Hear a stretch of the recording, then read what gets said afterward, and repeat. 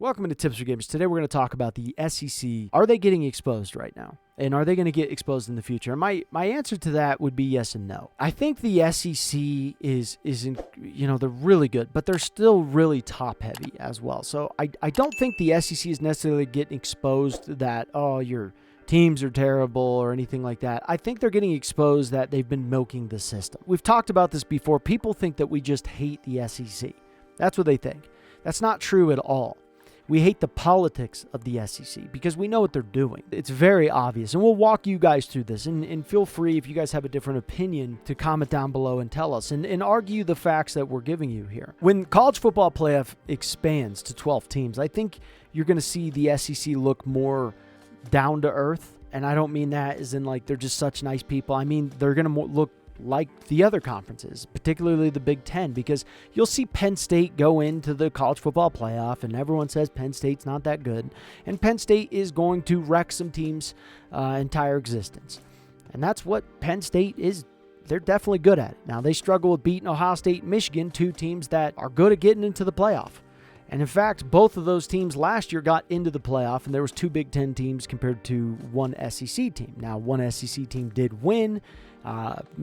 Ohio State missed a field goal at the very end of that game, and it was over for them. Okay, because Ohio State was probably going to dominate TCU if they made that field goal.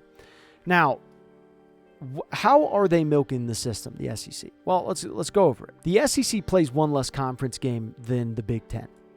Now, why do they do that? Well, because when Week 9 comes around, they can sit there and say, instead of scheduling an SEC opponent, why don't you schedule a Group 5 opponent, maybe like Ball State, UT Martin, UAB, Appalachian State. Schedule one of those teams instead, and 50% of your conference will take one less loss because they're not playing each other. So it makes the conference as a whole look better, and that'll put them in bowl games. And, people aren't talking about the bowl games enough of how Kentucky goes and plays Iowa in the bowl game last year and gets blown out. Florida plays, I think it was Oregon State or Oklahoma State, and they got crushed. You had Texas Tech beat Ole Miss, beat the socks off of Ole Miss. And so even though some of those teams go in and get absolutely annihilated by teams that people think, oh, there's no way this team's going to beat an SEC team, and they get annihilated, it's eyeballs the screen. It's, hey, well, at least the SEC, it was a downtime for those teams, but it's going to help them with recruiting, and that's what they do. And that's exactly what I would do. If I was trying to milk the system, that's exactly what I would do. Okay, I would do exactly what the SEC is doing. Now, let's talk about traveling. So, Florida traveled for the first time in 30 years. 30 years, think about that. That's ridiculous. 30 years to play an away game against a Power 5 opponent. They don't travel. The SEC does not travel. Why don't they travel? Why would it be 30 years? I mean, you got Ohio State who's going and facing Notre Dame this weekend. Why would the SEC not travel? Well, if they stay in their region and they play just SEC teams, what happens if you have Florida or Georgia or Alabama and they go play an away game at an SEC game and then they lose? What do they say? Well, it's an SEC schedule. That's an SEC team. But when Florida goes to play Utah and traveled for the first time in 30 years, and then they get dominated, they get blown out. You have Auburn travel to Cal and they look terrible for majority of that game. You had Alabama travel to USF and they looked horrendous in that game. And people are thinking, well, the SEC is just terrible right now. Or the SEC is exactly what they are. They just didn't show it. I mean, you haven't really traveled to prove otherwise. It'd be different if they traveled all the time and they did it like other conferences did, like the Big Ten, who travels every year. It'd be different if they did it, and then all of a sudden you look at it now and go, well, they lost all of a sudden. They're losing these games they typically wouldn't, but they never traveled before then. So they're traveling now and losing or potentially losing or looking terrible, and people are thinking that that the SEC is falling off, and that doesn't make sense to me. Let's also talk about how often their best teams actually play each other in the regular season. How often does Georgia play Alabama or LSU in the regular season? Well, the last time they played Alabama in the regular season was in 2020. The time before that was in 2015. The time before that was in 2008. They just don't play each other very often. Now, why is that? Well, because they don't want them to hurt themselves. That's exactly what I would do too if I was trying to milk the system. I don't want you to hurt yourself. Why would I want that? I want you guys to be undefeated in your own divisions, not play each other for anywhere from 5 to 7 years. That's so long. 5 to 7 years, not play each other, and then be undefeated in the conference championship game, face each other, one team gets a loss, both of you get to go into the playoff. That's what we're going to do. And then they won't seed you guys together, so you have the opportunity to not play each other, then beat the teams that you're playing and have an all-SEC championship game, and everyone will scream to the rooftop, look at the SEC, look at how good they are. But they won't play each other. They don't want to play each other because it hurts their brand if they do, because someone has to lose. So what about the Big Ten? How often does the Big Ten play each other, their best teams?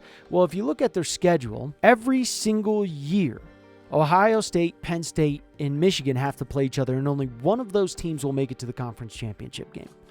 And you know what they said last year? You heard it a lot, I'm sure you did. Well, Ohio State shouldn't get into the playoff because they didn't play in their conference championship game. Even though all their best teams are thrown into a blender, they play 9 conference games instead of 8. They travel much more, and only one of them can make it to the conference championship game. So, of course, if you lose, hey, oh, you're terrible, you need to be out.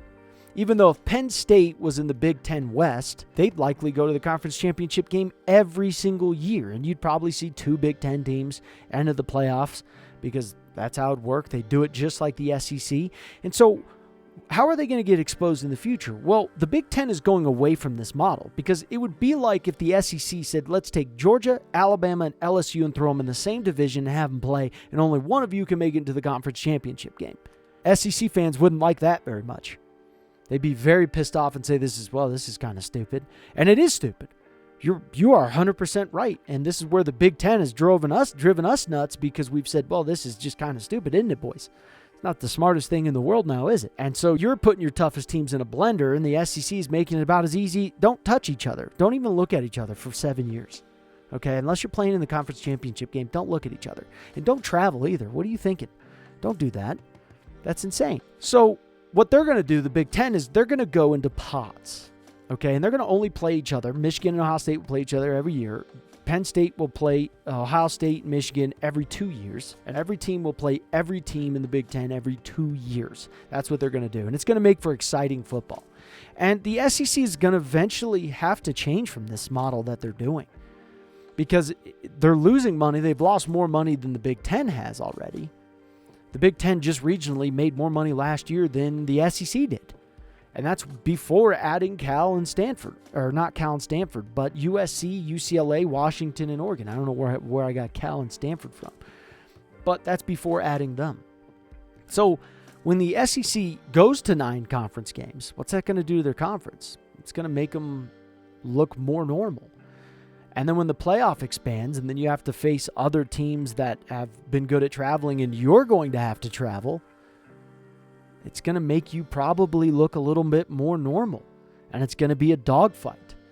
And so SEC fans are going to be confused moving forward. And to be honest with you, I'm not going to be confused. I'm going to be sitting here and going, well, you milked the system for a long time and it was good, but it's coming to an end. And it's going to be harder and harder and harder to do that moving forward. And so I think that you're going to see a balance. You're going to see a shift in the future that many people are going to be shocked by. ESPN is going to be flabbergasted. Oh, my Lord. This is crazy. SEC fans are going to be like, what happened to us? This is insane. And in reality, we all are exactly what we all are. Whether that's Big Ten, SEC, or you name it. We're exactly who we are.